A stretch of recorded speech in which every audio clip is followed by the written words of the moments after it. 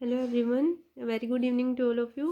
कैसे हो आप सब? आई होप सब अच्छे होंगे, अच्छे से प्रिपेयर कर रहे होंगे। एग्ज़ाम आने वाले हैं, अपना अच्छे से प्रिपेयर कर दो। रिवीजन बहुत इंपॉर्टेंट है ना। क्या करेंगे आप इस क्लास में एक बार बता देती हूँ। 11th का चैप्टर बहुत ईजी है, 10 क्वेश्चन ही करने हैं। 10 भी नहीं है, आई थिंक 8 क्वेश्चन है। 11.1 का 2 to 7 क्वेश्चन नहीं करने, वो 21 और 22 के बैच से डिलीट है, तो ये वाला नहीं करना आपको। और करने का कौन से हैं? 11.2 में 7 सम है आई थिंक, और ऐसे ही 1 क्वेश्चन बच गया 11.1 से, तो वो वाला करेंगे आप। एक बार सारा सिलेबस हो जाए उसके बाद में, क्योंकि वो सिर्फ कुछ नहीं है, सिर्फ सर्कल बनाना है और कंस्ट्रक्शन लिखनी है और कुछ नहीं है, और वेरिफिकेशन करनी है उसकी। तो उससे क्या होगा कि अपना 10th चैप्टर रिवीजन हो जाएगा अच्छे से। 10th में सर्कल ही पढ़ा है, सर्कल से रिलेटेड ही सब कुछ, तो उसका रिवीजन कर लेंगे। मतलब 11th चैप्टर करेंगे तब 10th का रिवीजन अच्छे से बन जाएगा, इसलिए स्किप करवा रही हूँ, ताकि वो लास्ट में भी अगर करेंगे तो वो याद रहेगी, क्योंकि वो चीज़ें लिखनी है बस और कुछ नहीं करना। आपको पता है अगर कोई रेडियस गिवन है तो उसका सर्कल कैसे ड्रॉ करते हैं, टेंजेंट कैसे ड्रॉ करते हैं, तो वो करेंगे आप एक बार 15 चैप्टर कंप्लीट होने के बाद। अच्छे से करवाऊंगी, 7-8 क्वेश्चन है, सारा 30 1 मिनट का लेक्चर बनना है, कुछ नहीं है ज़्यादा, ठीक है। अभी क्या करेंगे इस क्लास में? 12.1 करेंगे। एक लास्ट क्वेश्चन बचा हुआ था, वो करते हैं। बिफोर स्टार्ट द क्लास मेरे बारे में बता देती हूँ। मैंने 12th में ब्लॉक टॉप किया है। मास्टर्स में और बैचलर्स में मेरे पास पीएससी नॉन मेडिकल था। मैं टॉप 1% में सिलेक्टेड हूँ बाय गवर्नमेंट। तो आप मेरे ऊपर ट्रस्ट करके अपनी प्रिपरेशन बहुत अच्छी बना सकते हैं। 100 आउट ऑफ 100 की श्योरिटी मैं ले रही हूँ, डेफिनेटली आएंगे। आपको ये लगेगा कि 10th के मैथ में कुछ नहीं है, 7 स्टार वाला काम है कि कुछ भी नहीं है, मतलब सिर्फ 1-2 फॉर्मूला और अपना पूरी एक्सरसाइज बन रही है। ऐसे हायर डिग्री में नहीं होता कि हाँ भी कंप्लीट आउट ऑफ आउट आएंगे। 12th में थोड़ा सा डिफिकल्ट हो जाता है, लेकिन यहाँ पे बहुत ईजी है, इतना ईजी कि कह नहीं सकते। बस आपकी थोड़ी सी रिवीजन चाहिए। रिवीजन करने का तरीका मैंने अच्छे से बता रखा है, फिर से बता देती हूँ। जैसे क्लास ओवर हुई, किसी भी टीचर से ले रहे हो, उसको करने के बाद एक बार 2-3 मिनट उसको देख लो कि हमने क्या क्या पढ़ा है इस क्लास में। ऐसे ही जब नेक्स्ट क्लास देखो, जैसे अब ये वाली क्लास देख रहे हो, तो उससे पहले एक बार पीछे क्या पढ़ा है वो देखाओ।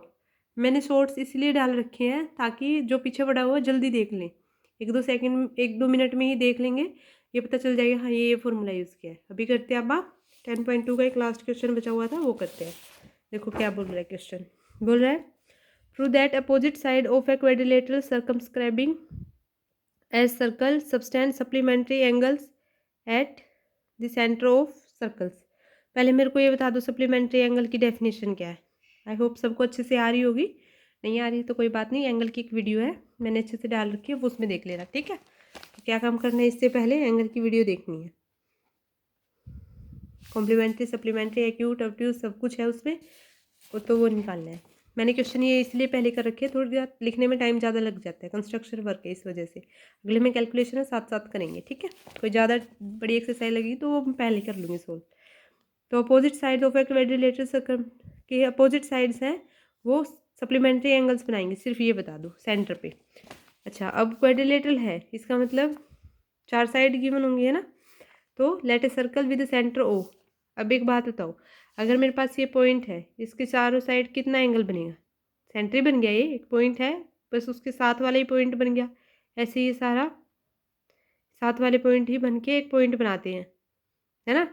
फिक्स डिस्टेंस है, बस डिस्टेंस कितना है, यहाँ पे था तो ये वाला पॉइंट यहाँ बन गया, ऐसे ही यहाँ बन गया, यहाँ बन गया, तो इसी पे बहुत मिनिमम डिस्टेंस पे बन गया सर्कल। और ये 360 का एंगल कवर करेगा सारे साइड से, है ना। चारों साइड को अगर एक पॉइंट से रोटेट करते हैं तो 360 कवर करता है ना, पता है आपको ये, ठीक है। Let a circle with centre O touch side A B, B C, C D and D A.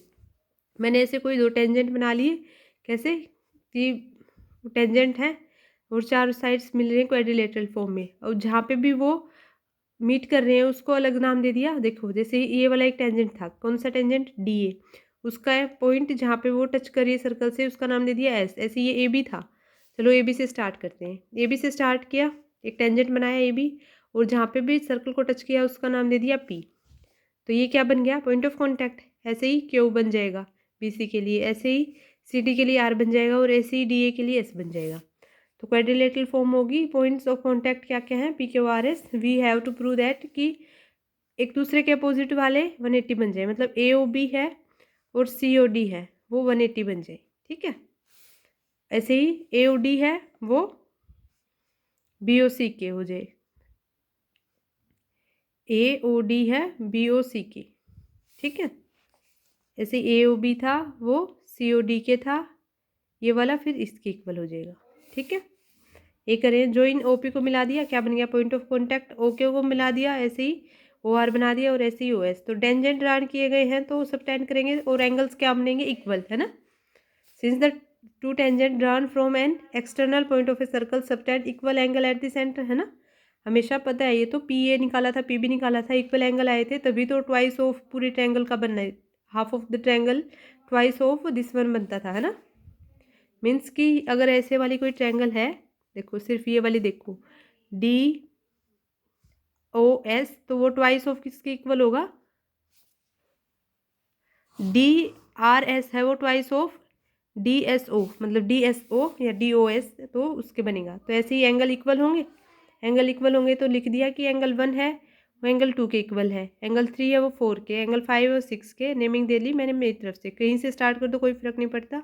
मैंने S वाले से स्टार्ट कर ली, या फिर ये सोच लेना कि A पॉइंट एज्यूम किया था तो A की साइड से स्टार्ट कर दी। 1 2 3 4 5 6 7 8, कुछ नहीं किया, सिर्फ एक तरीका कि A से स्टार्ट किया टेंजेंट ड्रॉ करना, तो A से नेमिंग देनी स्टार्ट कर दी ताकि कन्फ्यूजन ना हो। याद करने का तरीका भी बता दिया मैंने, तो अच्छे से बनना चाहिए, क्वेश्चन आ सकता है, इंपॉर्टेंट है। Angle 1 equal to angle 2, angle 3 है एंगल 4, एंगल 5 है एंगल 6, एंगल 7 एंगल 8 के इक्वल। सारे के सारे इक्वल है। अगर ये सारे के सारे इक्वल है तो सारे कवर के करके कितना एंगल बनाएंगे, 360। 360 का एंगल बना लिया। अब एक ये कैसे पता चला, मैंने पहले ही बता दिया था कि अराउंड ए पॉइंट से जब आप सम निकालते हैं एंगल्स का तो क्या बनता है, 360 बनता है ना, इसलिए बताया था ना।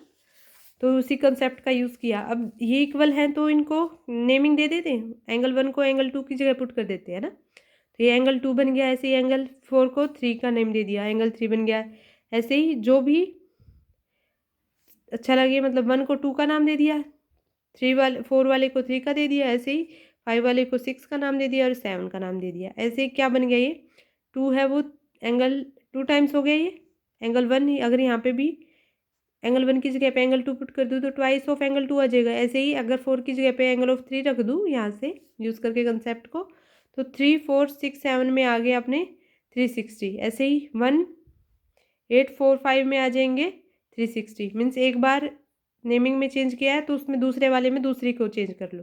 जैसे यहाँ पे 1 को 2 में चेंज किया था तो अगले में 3 वाले को 4 में चेंज कर लो ना। तो एंगल 2 और एंगल 3 का क्या बन गया, अब ये ट्वाइस था तो 2 से कैंसिल हो गया। Angle of 2 plus angle of 3 first वाले से, प्लस एंगल ऑफ 6 और एंगल ऑफ 7 क्या बन गया, 180। मीन्स क्या प्रूव हो गया कि ये वाला मतलब AOB किस प्लस ऑफ किसका, प्लस ऑफ COD। मीन्स ये वाला यहाँ से लेके यहाँ तक 6 और 7 यहीं से आए थे ना, तो वो बन गया 180। ऐसे ही सिमिलरली क्या कर सकते हैं, एंगल 1 और एंगल 8 के लिए लिख सकते हैं ना। तो वहाँ पे एंगल 1 और एंगल 8 कितना है, देखो 1 और 8 वाला क्या है, AOD या DOA लिख सकते हैं ना। ऐसे ही क्या बन जाएगा, BOC 4 5 वाला आ गया। मीन्स 2 और 3 के सामने जो थे वो 180 का एंगल बना रहे थे, देखो है ना। 2 और 3 के सामने 6 7 है ना, 2 और 3 के सामने वाले बना रहे हैं 180 का, ये वाले। और ऐसे ही 5 4 और 1 8 बना रहे हैं 180 का। ये आपको समझाने के लिए बना दिया, ठीक है। क्योंकि एक में चेंज करेंगे तो क्या बनेगा,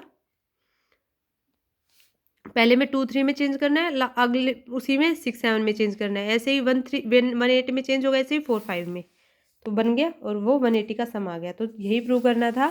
क्या प्रूव करना था, prove that the opposite side of quadrilateral वो सप्लीमेंट्री एंगल बन जाएंगे सेंटर ऑफ ए सर्कल पे। सेंटर ऑफ सर्कल पे सब कुछ डिफाइन था, तो वही किया है। अब करते हैं आप 12.1। उससे पहले कर लेते हैं एक बार बेसिक उसका। 11.1 मैंने बता दिया था क्लास के स्टार्ट होने से पहले ही। कब करेंगे आप 11.1 करेंगे एक बार 15 चैप्टर तक कंप्लीट होने के बाद, क्योंकि वो 12th का बेसिक से ही है, कुछ नहीं है, सिर्फ ड्रॉ करनी है। अब अगर मैं आपको ड्रॉ करवाऊँ सर्कल रेडियस ऑफ 3 सेंटीमीटर या सर्कल ऑफ 3.5 सेंटीमीटर, ऐसे स्केल की हेल्प से मीट करवाने टेंजेंट्स आराम से बन जाएंगे, कोई दिक्कत वाली बात ही नहीं है। अब मैंने पूरा 12 का चैप्टर का बेसिक एक अच्छे से वीडियो में एक्सप्लेन किया था, मैं उसी नोटबुक से एक बार फिर से एक्सप्लेन कर देती हूँ, ठीक है। ये वाली चीज़ बहुत इंपॉर्टेंट है। मार्क्स डिस्ट्रीब्यूशन, एक सेकंड देख लेते हैं पहले कितने चैप्टर में से कौन सा आएगा। मैंने एक वीडियो अच्छे से डाली थी, उसमें बताया भी था। देखो 12 और 13 का चैप्टर 10 मार्क्स का आ रहा है, 3 एक्सरसाइज बन रही है, 6 एक्सरसाइज। और अच्छे से पहले भी बताया था। फर्स्ट वाला 4 का है, 2, 3, 4 18 के हैं। फिफ्थ अकेला 7th का है, अकेला है वो 7 मार्क का आएगा। 6, 12 और 11, 6, 10th और 11th आएंगे 15 मार्क्स के, जिसमें से ये 2 बन गए हैं। और एक क्वेश्चन 100% 2 या 4 मार्क्स का 11 चैप्टर से आएगा। वो लास्ट में इसीलिए करवा रही हूँ ताकि लिखने वाली कंस्ट्रक्शन वर्क याद रह जाएगी पेपर के टाइम पे ना। 7th अच्छे से कर लिया, 8, 9 हो गए, ठीक है। अब करेंगे 12th और 13, 14 और 15। तो ये 10 मार्क्स मीन्स 20 मार्क्स का काम अभी बचा हुआ है, बस इतना सा। 2 दिन 4 दिन में जितने में भी कोशिश है कि 25 तक करवा दूँ, ठीक है। तो अभी कर रहे हैं 12th का चैप्टर। 12th के चैप्टर का बेसिक करते हैं दोबारा से। एक वीडियो अच्छे से डाल रखी है, उसमें अच्छे से एक्सप्लेन किया हुआ है सब कुछ। वो वाली देखोगे तो बहुत बेनिफिशियल है। ये वाली देखोगे तो देखो यार, एक बात तो है ही सिंपल सी। आपको भी इतना पता है कि अगर मैं 18 मिनट का लेक्चर ले रही हूँ तो इसका मतलब मैं उस पर डिटेल में भी समझा रही हूँ उस बात को। और मैं उसी लेक्चर को अगर 5 मिनट में निकाल रही हूँ तो इसका मतलब मैंने कुछ ना कुछ स्किप किया है, या फिर मैंने यहाँ पे जितना समझाना चाहिए था उतना नहीं समझाया है ना। यहाँ पे मैं इसलिए जल्दी जल्दी बता रही हूँ ताकि ये बातें आपको सबको पता है, बस कंसेप्ट में थोड़ी सी क्लियरिटी आ जाए, शाइनिंग आ जाए आपके। आपने सब कुछ पढ़ा हुआ है, अच्छे से याद करने के लिए सिर्फ मैं बता रही हूँ। Area and circumference of a circle. अगर रेडियस है आर है तो उसको क्या, सर्कल की, तो सरकमफेरेंस अपॉन डायमीटर करेंगे तो वो पाई आएगा। सरकमफेरेंस क्या होती है, 2 पाई आर अपॉन में पाई डी। सरकमफेरेंस और पेरीमीटर में डिफरेंस क्या है, कुछ डिफरेंस नहीं है। पेरीमीटर को ही सरकमफेरेंस बोलते हैं, सरकमफेरेंस को ही पेरीमीटर बोलते हैं। एक पॉइंट से स्टार्ट होके लास्ट के पॉइंट तक पहुंच जाओ उसी पॉइंट पे। मतलब अगर मेरे को यहाँ से लेके, मतलब अगर मैं हिसार में हूँ तो मुझे हिसार से भिवानी जाना है और फिर मैं भिवानी से हिसार वापस आ रही हूँ, तो इसका मतलब मैं उसी पॉइंट पे पहुँच गई। तो वो जो ट्रैवल डिस्टेंस की है तो वो क्या है मेरी, वही मेरा पेरीमीटर या सरकमफेरेंस है। तो रेडियस डिस्टेंस पता होगी तो 2 पाई आर से मैं सरकमफेरेंस निकाल सकती हूँ आराम से। अगर 2 आर को क्या लिखते हैं वैसे आप, 2 आर क्या होता है, डायमीटर, तो इसको लिख सकते हैं पाई डी, क्योंकि कहीं पे भी डायमीटर दे रखा होगा या फिर कहीं पे रेडियस दे रखी होगी। या पूछ लेगा रेडियस के टर्म्स में वैल्यू बताओ, या फिर पूछ लेगा डायमीटर के टर्म्स में वैल्यू बताओ। तो वो वाला दोनों चीज़ें याद होनी चाहिए सरकमफेरेंस में, ठीक है। तो 2 पाई आर और पाई डी, जहाँ पे डी है वो 2 आर। ऐसे ही पाई की वैल्यू 3.116 या पाई 22/7 यूज़ करनी है। कहीं कहीं पे नहीं बता सकते कि कौन सी यूज़ करनी है, तो वहाँ पे कर लेना 22/7। एक सेकेंड। और अदरवाइज हर जगह पे क्या यूज़ करना है, 3.1416। जहाँ पे गिवन नहीं है वहाँ पे ये वाली, और जहाँ पे गिवन अगर बोला नहीं है कंस्ट्रक्टली, जहाँ पे बोला होगा वहाँ पे ये वाली यूज़ करनी है, ठीक है। रूट पी है, पी है एक प्राइम नंबर, जैसे √2 हो गया, √3 हो गया, √5 हो गया, √p टाइप्स हो गया, रूट मतलब 29 ऐसे टाइप वाले। तो इसको बोलते हैं पाई एक non terminating and non recurring है। मीन्स ये टर्मिनेट भी नहीं होगा और ना ही अकर होगा, तो उसको क्या बोलते हैं, इरेशनल नंबर या रैशनल नंबर, बताओ। पूछा था मैंने एक बारी और बताया भी था, तो वो आपका होमवर्क बन गया यहाँ पे, ठीक है। तो एरिया क्या होता है, पाई आर स्क्वायर, किसका, सर्कल का। 2 आर किसके इक्वल होता है, डायमीटर के। तो are is equal to d/2 हो गया, जहाँ पे आर है रेडियस, डी है डायमीटर। तो अगर मैं रेडियस की टर्म, डायमीटर की टर्म में निकालूँ इसी कॉन्सेप्ट को, तो आर की जगह पे d/2 पुट कर दूँगी, तो पाई d²/4 हो गया। ऐसे ही सेमी सर्कल का एरिया निकालेंगे, means half of the circle, तो 1/2 पाई आर स्क्वायर। ऐसे क्वाड्रेंट का निकालेंगे तो फोर्थ हो जाएगा। क्वाड्रेंट क्या होता है, 1/4 ऑफ दिस पार्ट, है ना।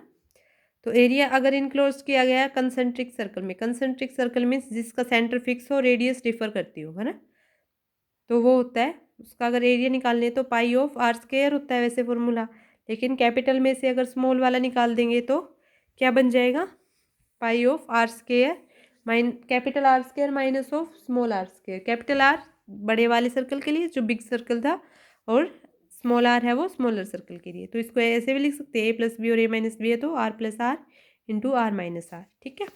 अब एक नोट है, नोट क्या बोल रहे हैं, distance moved by rotating wheel in 1 revolution is equal to the circumference of the wheel. Start से लास्ट तक गए उसको बोलते हैं सर्कमफेरेंस, वही डिस्टेंस है, ठीक है। Number of revolution completed by rotating wheels in 1 minute, कैसे होता है, डिस्टेंस मूव की 1 मिनट में और जितनी सर्कमफेरेंस है, मतलब अगर मैं 5 मीटर गई और मुझे 25 मीटर जाना था तो वो नंबर ऑफ रिवोल्यूशंस आ जाएंगी, ठीक है। Area of sector of an angle theta क्या होगा, सेक्टर क्या होता है पता है, सेक्टर होता है दो रेडियस के बीच में एक आर्क होगी और उनका इनक्लोज्ड एरिया होता है, वो उसको बोलते हैं सर्कल, तो ये सेक्टर, तो ये बन गया सेक्टर ऑफ दिस सर्कल। तो area of sector of an angle theta के लिए बता रहे हैं, तो बनेगा थीटा अपॉन में 360 degree into pi R square. Length of an arc of the circle, देखो बहुत बहुत इंपॉर्टेंट है चीज़ें आई हुई हैं, मीन्स जहाँ पे भी स्टार लिख रही हूँ या मोस्ट इंपॉर्टेंट बता रही हूँ, इसका मतलब वहाँ से डेफिनेटली क्वेश्चन उठेगा ही उठेगा। ये मत सोचना कि अगर मैम ऐसे ही सबको लगा रही है, नहीं, ये क्वेश्चंस एक्सरसाइज में भी बन रहे हैं, एग्जाम्पल में भी बन रहे हैं। एग्जाम्पल कर रहे हो, थोड़े बहुत देख लिया करो, जरूरी है वो, क्योंकि सिलेबस रिड्यूस है इस वजह से। Area of sector of an angle theta, ये हो गया। आर्क वाले में क्या करना है, आर्क में बता रहे हैं तो 2 पाई आर लेना है, और एंगल में बता रहे हैं तो पाई आर स्क्वायर लेना है। एरिया डिस्क्राइब बाय मिनट, मैंने अच्छे से पहले बताया था, तो देख लेना। एक एरिया ऑफ सेगमेंट है, उसको बता देती हूँ अच्छे से। देखो अगर सेगमेंट का एरिया बताना है, ये वाला मेरे नेट के पेपर में भी आया होता, अच्छे से बन गया था, मतलब 1 सेकंड का क्वेश्चन था, अगर अच्छे से पढ़ा हुआ है तो। देखो यही चीज़ें आगे आती है, पहले कुछ नहीं आता, तो अगर अपना बेसिक स्ट्रॉन्ग करोगे, जितना बेसिक स्ट्रॉन्ग करोगे ना, आपको मैथ बहुत ईजी लगेगा, बहुत बहुत ईजी। तो जितने भी कंसेप्ट अपने अच्छे से बिल्ड कर सकते हो, जितना बेसिक पे फोकस कर सकते हो उतना करो। किसी टीचर की ज़रूरत नहीं है मैथ्स को करने के लिए, अपने अच्छे से, या थोड़ी बहुत हेल्प सबको लेनी पड़ती है गाइडेंस के लिए, लेकिन सेल्फ स्टडी सब करते हैं, जो सेल्फ स्टडी करता है उसको उसमें ही इम्प्रूवमेंट आती है। अब मैंने ये करवा दिया, ये सब मतलब मेरे साथ जितने भी लिंक हैं, मैं वो 200-250 बच्चे सब देख लेंगे, लेकिन जो प्रैक्टिस करेगा मार्क्स उसी के आएंगे। अकेले मेरे करवाने से, मेहनत से आपके मार्क्स नहीं आएंगे। हाँ, टीचर की इतनी इंपॉर्टेंस होती है कि वो इतना अच्छे से एक्सप्लेन कर दे कि बच्चों को कोई दिक्कत ना हो, या उस चैप्टर से रिलेटेड कोई भी कंसेप्ट मिस ना करे, ठीक है। वो मेरा काम है, वो मैं अच्छे से करवाऊंगी। कहीं समझ में नहीं आया, मुझे कोई दिक्कत नहीं है, मैं एक चैप्टर पे 10 बार वीडियो बनाने के लिए तैयार हूँ, बस आपको समझाने का तरीका बदलना है, ठीक है। तो अब करते हैं एरिया ऑफ है सेगमेंट, तो अपनी कोशिश करना कि अच्छे से रिविजन कर सको। देखो ये वाला सेक्टर बन गया है ना, और ये ए बी है। अब वहाँ पे तो आपको पता था, क्या पता था, सेक्टर क्या होता है, दो रेडियस के बीच में एक आर्क इनक्लोज्ड हो, मतलब ए बी से लेके ओ बी और ओ ए, तो ये बन गया sector.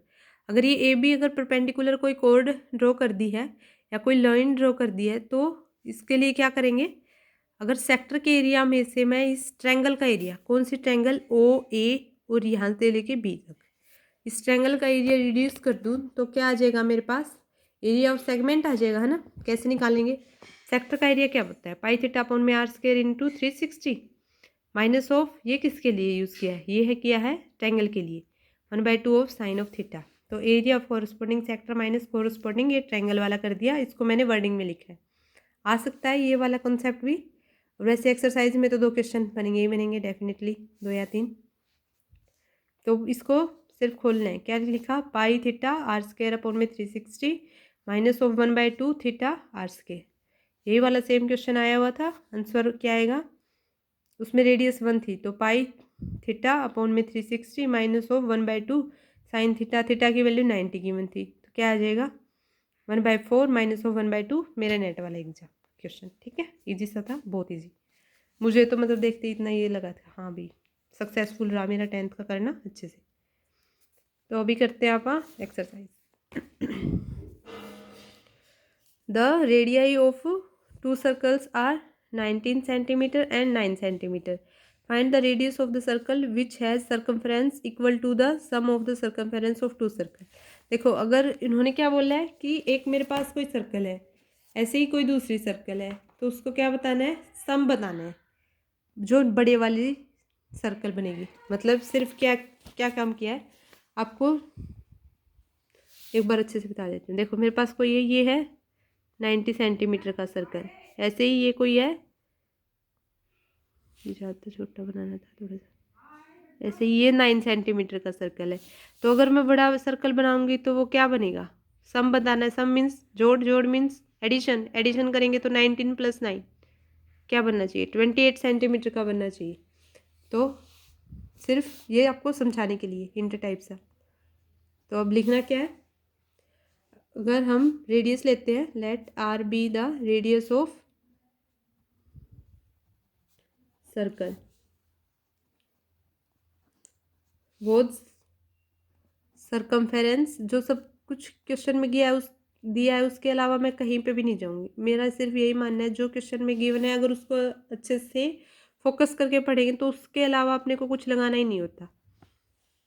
Equal to the sum of circumference of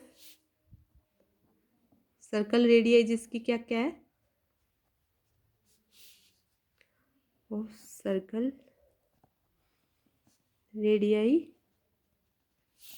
19 centimetre and 9 centimetre. तो क्या बन गई, 2πr सरकमफेरेंस होती है एक नए सर्कल की जो बनानी है, और पहले से क्या क्या है, 2πr की जगह पे एक पे है 19 प्लस एक पे है 9, 2π × 9। अब यहाँ पे 2πr है और यहाँ पे 2π के साथ कॉमन है तो मैं कॉमन निकाल लूँ, ठीक है। 2πr = 2π × 28, 2π से 2π कैंसिल, आर क्या आ गया 28। तो जो न्यू सर्कल की रेडियाई होगी वो क्या होगी, new circle radii is, new circle radii is 28 centimetre. I hope समझ में आ गया होगा। कुछ नहीं था, बस जो बोला है उसके अलावा मैंने कुछ नहीं किया और वही मैंने आपको समझाया। जो गिवन है उसके अलावा कहीं मत जाना, ना ही ज़्यादा कंफ्यूज होना है कि क्या बोल दिया क्या नहीं बोला है। अब करते हैं आप सेकंड क्वेश्चन, देखो क्या बोल रहे हैं। कंसंट्रेट करके सिर्फ क्वेश्चन को पढ़ो अच्छे से। The radii of 2 circles are, मेरे पास 2 सर्कल है, उनकी रेडियस दे रखी है 8 सेंटीमीटर और 6 सेंटीमीटर, और radius of circle of having area equal to the sum of the 2 circles. Means area पे अब क्वेश्चन करना है, पिछले पे रेडियस पे और सर्कमफेरेंस पे था, अब की बार क्या करना है, एरिया पे करना है। तो लेट आर बी 10 है रेडियस ऑफ न्यू सर्कल, है ना, लेट आर बी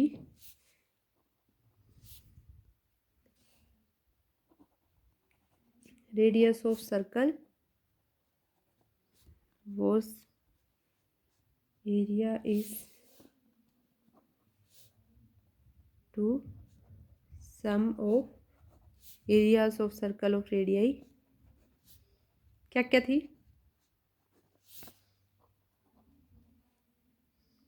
याद है किसी को, मुझे याद नहीं है। 8 and 6 सेंटीमीटर। तो इनका बनाना है, क्या करेंगे, एरिया ऑफ सर्कल बताओ, πr², ये निकालना है किसका, π/8 का स्क्वायर प्लस π/6 का स्क्वायर। दिस इम्प्लाइज πr² = π64, π × 64 है ये, ऐसे π × 36, πr² = पाई कॉमन है, निकाल लूँ, निकाल लिया। πr² = π × 100, पाई से pi cancel, this implies R आ गया, ±10 होगा। लेकिन रेडियस नेगेटिव हो सकती है क्या, सर्कल कोई नेगेटिव डिफाइन हो सकता, नहीं हो सकता। तो R = 10, hence radius of new circle is, new circle क्या बन गई, इज 10 सेंटीमीटर। आई होप आप सबको अच्छे से समझ में आ रहा होगा। प्लीज़ समझ में ना आए तो कमेंट बॉक्स में ज़रूर बता दें। मैं श्योरिटी ले रही हूँ 100% आपके मार्क्स अच्छे आएंगे। सिर्फ आपका काम है अच्छे से रिवीजन करना और अपने डाउट्स क्लियर करवाना। मतलब हमारे साथ क्या होता था, जब हम 10th में थे या फिर 12th में थे तो टीचर से हेजिटेशन होती थी कि बोल नहीं पाते थे या कह नहीं पाते थे कि मैम नहीं समझ में आया, नहीं बन रहा। आप मत करें ऐसा कुछ भी, मुझे कोई दिक्कत नहीं है। मैथ से रिलेटेड कोई भी डाउट अगर आपको मैथ से रिलेटेड में, अगर रेडियाई में भी प्रॉब्लम है कि नहीं समझ में आया कि रेडियस क्या होती है किसी सर्कल की, तो आप बेझिझक पूछ सकते हो। मैं किसी पे भी ये क्वेश्चन मार्क नहीं लगाऊंगी कि आपको ये नहीं आता। इतनी बड़ी बात नहीं होती, नहीं आता तो नहीं आता, ज़्यादा से ज़्यादा यही बात है, आ जाएगा। बस आपको कोशिश करनी है कि मैं पूछ लूँ। अगर आपने हेजिटेशन छोड़ दी तो आपने मतलब सब कुछ कर लिया अपनी लाइफ में। एक हेजिटेशन छोड़ने की वजह से बहुत कुछ अच्छा हो सकता है, मैं मानती हूँ इस बात को। तो प्लीज़ अगर आपका कोई भी डाउट है, पॉइंट भी समझ में नहीं आता तो भी उस पर क्वेश्चन मार्क लगा ले। अगर समझ में भी आ गया और फिर भी तरीका नहीं पता चल रहा तो वो भी पूछ ले। अभी करते हैं पार्ट 12.3 का क्वेश्चन। थर्ड क्वेश्चन और फिगर है 12.3। क्या बोल रहा है कि ऐसे ऐसे मार्क लगा रखे हैं, gold, red, blue, black, white, दिख रहे हैं, है ना।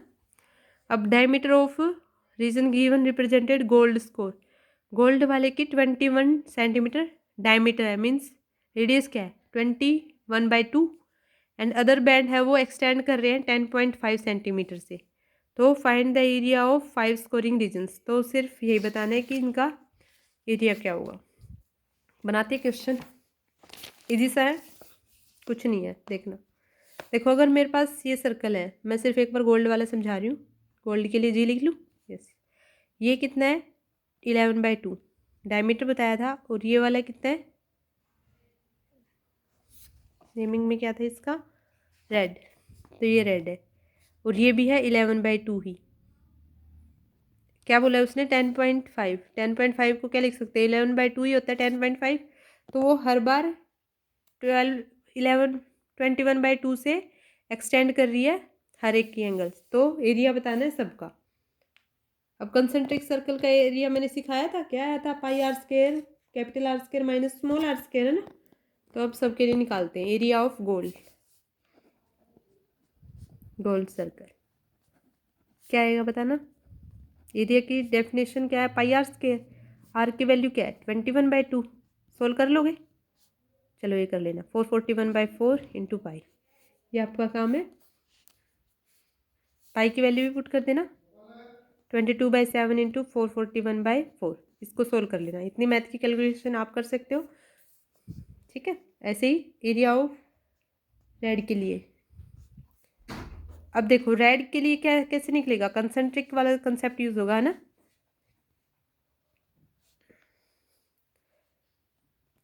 तो क्या करेंगे, तो कंसेंट्रिक सर्कल बनेगा, है ना। कंसेंट्रिक सर्कल बनेगा तो फॉर्मूला क्या लगेगा, pi R square minus of R square, है ना।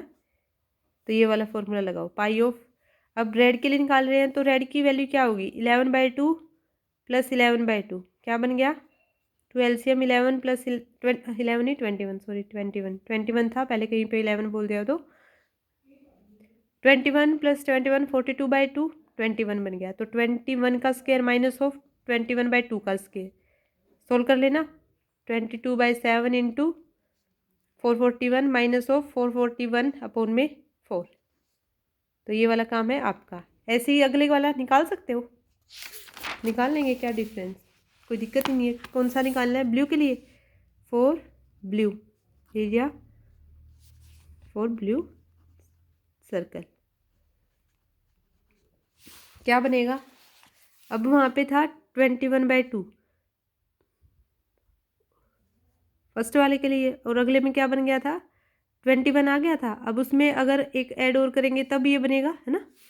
तो मीन्स पाई ऑफ 21 प्लस 21/2 का स्क्वायर माइनस ऑफ 21 का स्क्वायर, सोल्व कर लेने, क्या होगा, मतलब ये बन गया